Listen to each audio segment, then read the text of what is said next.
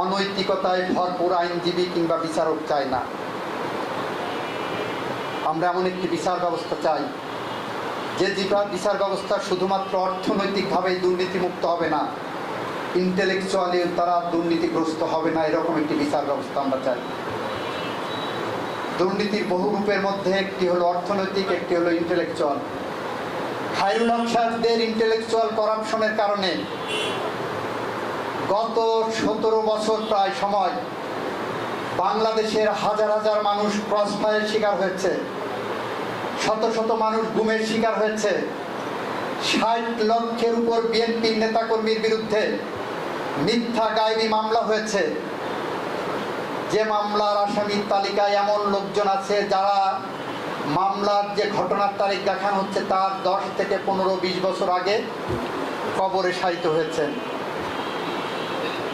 আমরা ইন্টেলেকচুয়াল করাপশনের জায়গাও রাখতে চাই না বন্ধুরা আমার। সেই কারণেই বলেছি সচিবালয় আইনটা আমরা আরও বেশি যাচাই বাছাই করে পর্যবেক্ষণ করে এমন একটি আইন আনতে চাই যেখানে সত্যিকার অর্থে বিচারকরা সাংবিধানিকভাবে যে পথ নির্দেশ করা আছে সেই পথে হেঁটে যেতে পারেন। এটাই আমাদের লক্ষ্য। এখানে কোনো ইটস অ্যান্ড বার্ডস নাই, এখানে কোনো অন্য কোনো এজেন্ডা নাই। এইটা নিয়ে এক শ্রেণীর মানুষ রাজনীতি করার চেষ্টা করছে। মাজদার হোসেনরা বড় বড় কথা বলছেন, থলের বিড়াল বের হচ্ছে, ওনারা করাপশনের ডিপো। আমরা এই সমস্ত করাপশনের শিকড় তুলে আনতে চাই। আমরা সেই কারণে প্রত্যেক বারকে চাই আপনারা আমাদের পাশে থাকেন, আমাদের সাথে থাকেন। এই বিচার বিভাগকে এমন একটা উন্নত জায়গায় আমরা নিতে চাই যে জায়গায় গেলে একজন ইয়াং লয়ারের সাথে যে কোনো বাবা মা, কন্যা দায়গ্রস্ত বাবা মা তার কন্যাকে বিয়ে দেওয়ার জন্য প্রথম কাতারে রাখতে পারেন। এটা আমাদের লক্ষ্য। আমরা বার কাউন্সিলের পরীক্ষা পদ্ধতিটাকে এমন জায়গায় নিয়ে যাওয়ার চেষ্টা করেছি, দুর্নীতির সমস্ত রকম ধারণার বাইরে আমরা বার কাউন্সিল নির্বাচন পরীক্ষা পদ্ধতি রেখেছি। 3 নম্বর প্রশ্ন বিএনপি বলছে আমি হুবহু মানব। 4 নম্বর প্রশ্ন বিএনপি বলছে হুবহু মানব।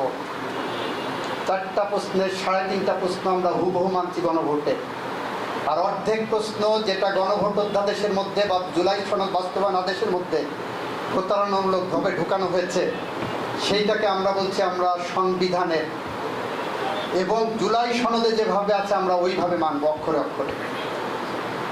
বিএনপির এজেন্ডা দিবালোকের মতো সত্য স্বচ্ছ, আমাদের কোনো হাইড অ্যান্ড সিক নাই। পার্লামেন্টে প্রশ্ন তুলেছিলেন, আমরা ডিবেটে অংশগ্রহণ করেছি। আমরা বলেছি বিএনপি তার অঙ্গীকারের জায়গা থেকে এক বিন্দু পরিমাণ সরে আসেনি।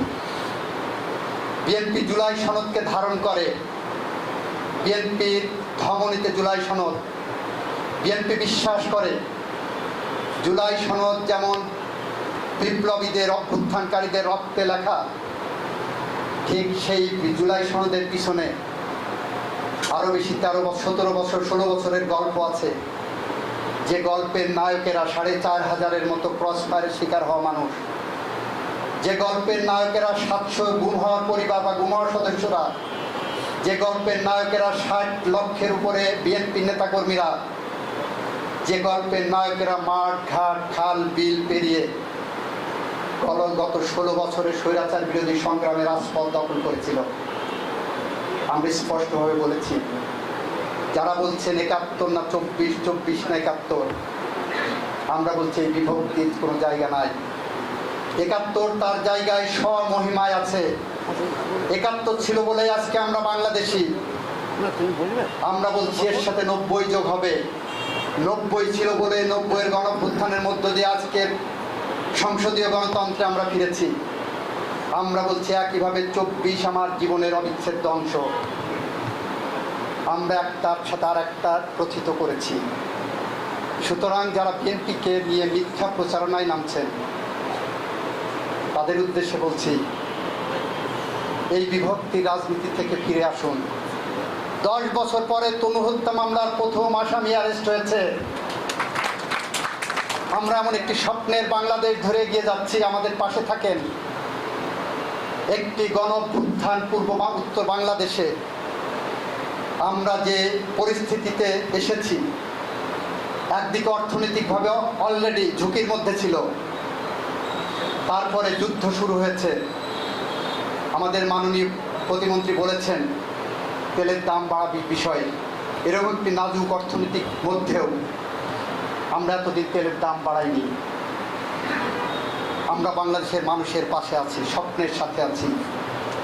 আমরা ব্যর্থ হলে এই বাংলাদেশ গভীর অন্ধকারের দিকে এগিয়ে যাবে।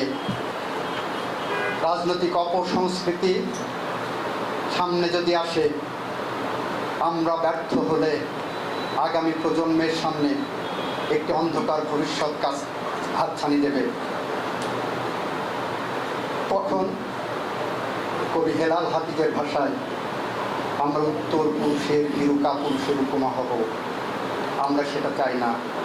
আমরা মুক্তিযুদ্ধের চেতনায়, 90-এর গণ অভ্যুত্থানের চেতনায়, 24-এর জুলাই যোদ্ধাদের রক্তের চেতনায় একটি বাংলাদেশ গড়ে তুলতে চাই, যে বাংলাদেশে